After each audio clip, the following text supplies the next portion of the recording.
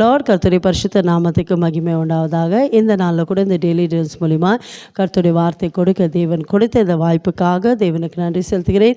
இதை பார்க்குறவங்களை அனைவரும் கர்த்தராகிய இயேசு கிறிஸ்து நாமத்தினால் உங்களை வாழ்த்துகிறேன், உங்களை ஆசீர்வதிக்கிறேன். இந்த நாளில் கூட ஏசப்பா உங்கள் வாழ்க்கையில் பெரிய காரியங்களை செய்ய போகிறா. நீங்கள் எதிர்பார்க்காத நன்மைகள், எதிர்பார்க்காத ஆசீர்வாதத்தால் கர்த்தர் உங்களை நிரப்ப போகிறா. நீங்கள் விசுவாசித்தால் இன்றைக்கே தேவனுடைய மகிமை பார்க்க போகிறீங்க. வேத புஸ்தகத்திலே நீதிமொழிகள் 13 அதிகாரம் 12 வசனத்தை வாசிப்போம். Proverbs chapter 13 verse 12. கர்த்தருடைய வார்த்தை எப்படியா சொல்கிறது, நெடுங்காலமாய் காத்திருப்பதில் இருதயத்தை இலக்க பண்ணும், விரும்பினது வரும்போதோ அது ஜீவ விருட்சம் போல் இருக்கும். ஆமே என் கண்பார்களே, இன்றைக்கு ஏசப்பா உங்களை பார்த்து தான் சொல்கிறார். ஒருவேளை நீங்கள் நீண்ட நாட்களாய் பல வருஷங்களாக நீங்கள் ஏதோ ஒரு காரியத்துக்காக ஜெபித்து கொண்டிருக்கீங்களா? ஏசப்பா என் ஜெபத்துக்கு பதில் தரமாட்டாரா? ஏசப்பா எனக்கு அற்புதம் செய்ய மாட்டாரா? ஏசப்பா எனக்கு விடுதலை கொடுக்க மாட்டாரா? ஏசப்பா என்னை ஆசீர்வதிக்க மாட்டார் என்று எதிர்பார்த்து கொண்டிருக்கீங்களா?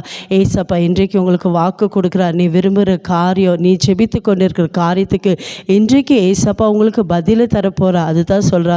நீங்கள் விரும்புகிற காரியத்தை எதுக்கெல்லாம் நீங்கள் நீண்ட நாட்களாக ஜெபித்து கொண்டிருந்தீங்களோ, ஏசப்பா எனக்கு அற்புதம் செய்வார், ஏசப்பா எனக்கு அதிசயங்களை செய்வார், ஏசப்பா என் வியாதியை சுகமாக்குவார், ஏசப்பா என் பிள்ளைகளுக்கு நன்மையான காரியங்களை செய்வார். நீங்கள் எதுக்கெல்லாம் ஜெபித்து கொண்டிருக்கீங்க, இன்றைக்கு ஏசப்பா சொல்கிறார், நான் உனக்கு அற்புதங்களை செய்ய போகிறேன், உன் ஜெபத்துக்கு நான் பதில் தரப்போகிறேன். இன்றைக்கு உங்கள் வாழ்க்கையில் ஒரு விடுதலை, இன்றைக்கு உங்கள் வாழ்க்கையில் ஒரு அற்புதத்தை செய்து ஏசப்பா நாமத்தை நீங்கள் மகிமைப்படுத்த போகிறீங்க.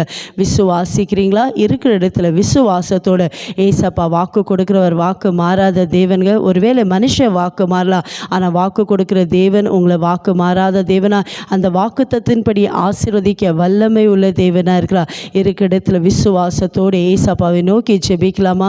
எங்களை அதிகமாக நேசிக்கிற தகப்பனே, இந்த அருமையான இந்த நல்ல வேலைக்காய் ஸ்தோத்திரப்பா.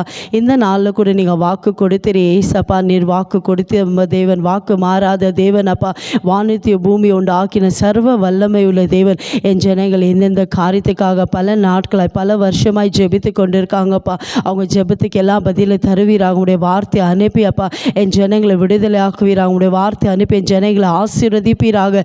யாரெல்லாம் சோர்ந்து போயிருக்காங்களோ, மன தளர்ந்து போயிருக்காங்கப்பா, இனி ஜெபிக்க மாட்டேன்னு கலங்கி கொண்டிருக்காங்கப்பா, நீர் வாக்கு கொடுத்தது போல ஒவ்வொரு வாழ்க்கையிலப்பா அற்புதங்களை செய்து அதிசயங்களை செய்தப்பா.